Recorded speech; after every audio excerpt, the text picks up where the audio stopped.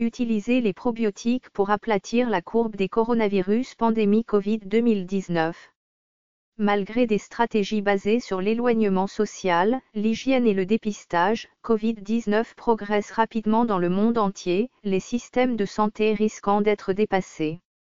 Bien que l'identification de thérapies médicamenteuses efficaces soit en cours, les vaccins ne seront pas disponibles dans un avenir proche. Par conséquent, des stratégies préventives supplémentaires sont nécessaires de toute urgence. La recherche sur le potentiel antiviral des bactéries probiotiques en est encore à ses balbutiements, car les mécanismes moléculaires par lesquels les bactéries peuvent combattre les virus restent largement inexplorés.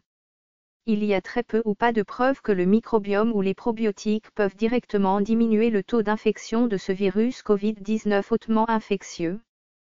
Par conséquent, on s'attend à ce que l'effet des probiotiques sur l'impact de ce virus ne se situe pas dans l'inhibition directe du virus lui-même mais en soutenant le système immunitaire dans sa lutte contre le virus. Cependant, le microbiome est connu pour influencer l'immunité acquise de diverses manières, par exemple par l'activation et la différenciation des lymphocytes T à travers les cellules dendritiques dans l'intestin.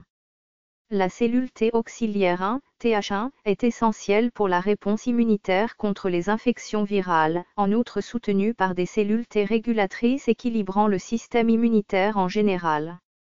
Covid-19 peut être affecté par les probiotiques.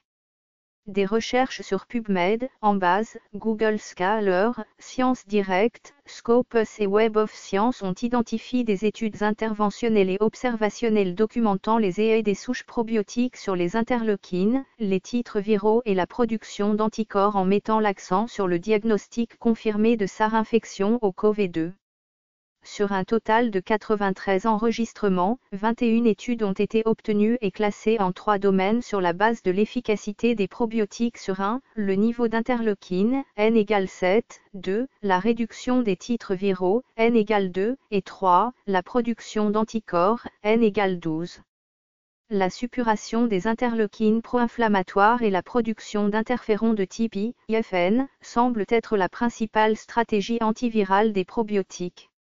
Sur la base des preuves, certaines souches probiotiques peuvent être utiles dans l'infection par le SRAS-CoV-2. Des essais randomisés sont nécessaires pour confirmer ces résultats. L'efficacité des probiotiques pour la prévention ou le traitement des maladies infectieuses d'origine virale, plus de 20 souches ont amélioré la production d'interleukines anti-inflammatoires et d'anticorps contre les virus. De plus, les titres viraux ont été abaissés après les périodes de supplémentation en probiotiques. Le grand nombre d'espèces virales et leurs sous-types ainsi que le taux élevé de mutation des virus ne permettent pas aux scientifiques de découvrir des vaccins et des médicaments antiviraux appropriés. Par conséquent, l'administration de probiotiques, en tant que modulateur de la fonction immunitaire et suppresseur d'effets secondaires liés aux antibiotiques, est recommandée. Covid-19 présente un spectre de gravité de la maladie, allant de symptômes pseudo-grippaux légers et non spécifiques à la pneumonie et des complications potentiellement mortelles telles que le syndrome de détresse respiratoire aiguë, SDRA, et la défaillance de plusieurs organes. On pense que la transmission du SRAS-CoV-2 se produit principalement via des gouttelettes respiratoires, mais l'intestin peut également contribuer à la pathogenèse du Covid-19. L'ARN du SRAS-CoV-2 a été détecté dans le tractus gastro-intestinal et les échantillons de selles de patients et dans les systèmes d'égout. Les coronavirus, y compris le SRAS-CoV-2, peuvent envahir les entérocytes, agissant ainsi comme un réservoir pour le virus. En effet, de grandes études cliniques en Chine indiquent que les symptômes gastro-intestinaux sont courants dans Covid-19 et sont associés à la gravité de la maladie.